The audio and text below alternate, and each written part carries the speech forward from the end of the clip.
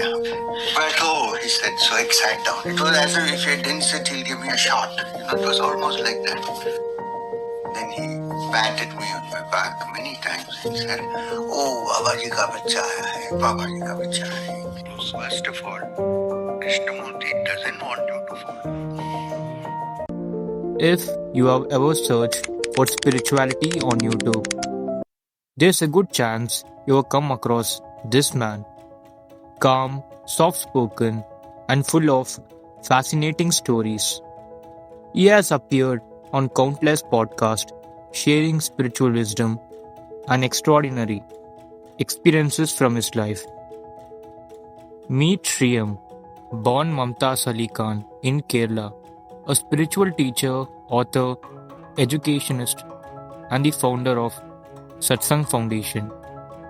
Shriyam is known for bridging ancient spiritual wisdom with modern life. He was awarded the Padma Bhushan, one of India's highest civilian honors, for his contribution to spirituality and society. But among the many incredible experiences described in his best-selling autobiography, Apprenticed to a Himalayan Master, two encounters stand out. One was with the mysterious and beloved Neem Karoli Baba. The other was with one of the greatest spiritual thinkers of modern era, Jiddu Krishnamurti. Today, we will revisit Shriyam's own account of these unforgettable meetings. In chapter 38, Shriyam meets Neem Karoli Baba. By the time Shriyam arrived at Kenchidam Ashram, he learned that Neem Karoli Baba had reached there just a day earlier and would be staying for a few days. The ashram was crowded. More than 100 people sat patiently waiting for Baba's darshan. In front stood a giant Hanuman statue, something commonly seen wherever Neem Karoli Baba stayed. As Shriyam watched from the back, he saw a scene unlike anything he had witnessed before. Neem Karoli Baba wasn't sitting in complete silence like many spiritual masters.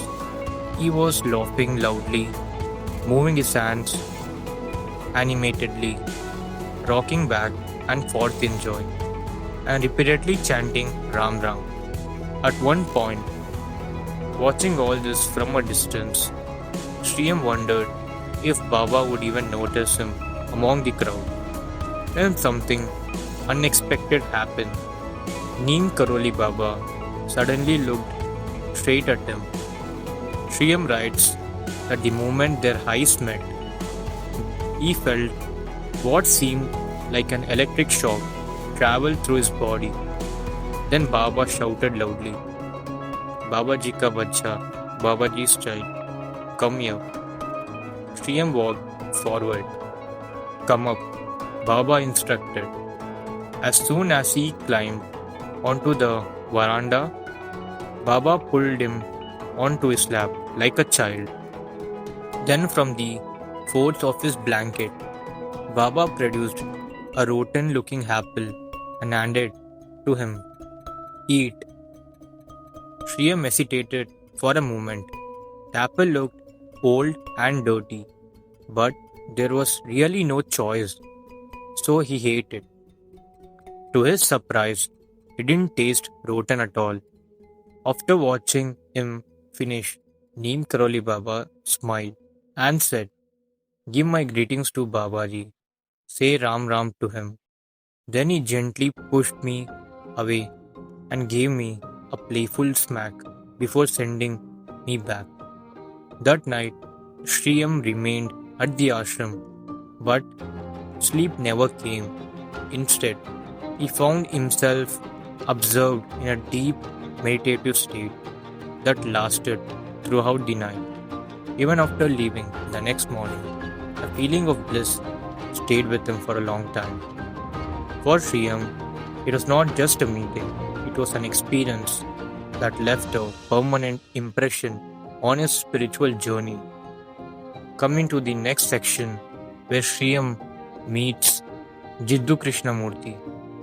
He describes, a few years later, Shriyam found himself attending a public talk by Jiddu Krishnamurti in Delhi.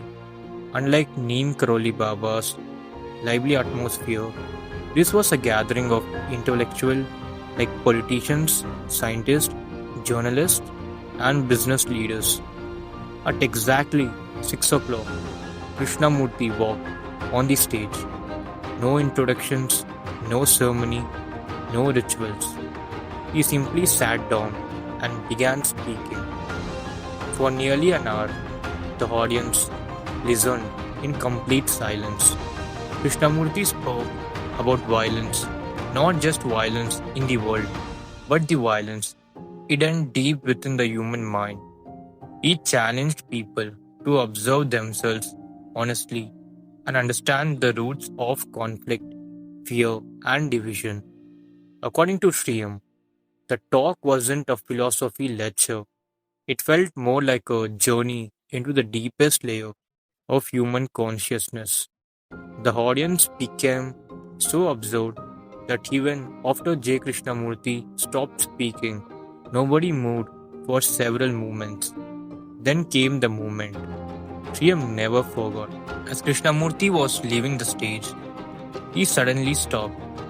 He turned around and looked directly into Shriyam's eyes.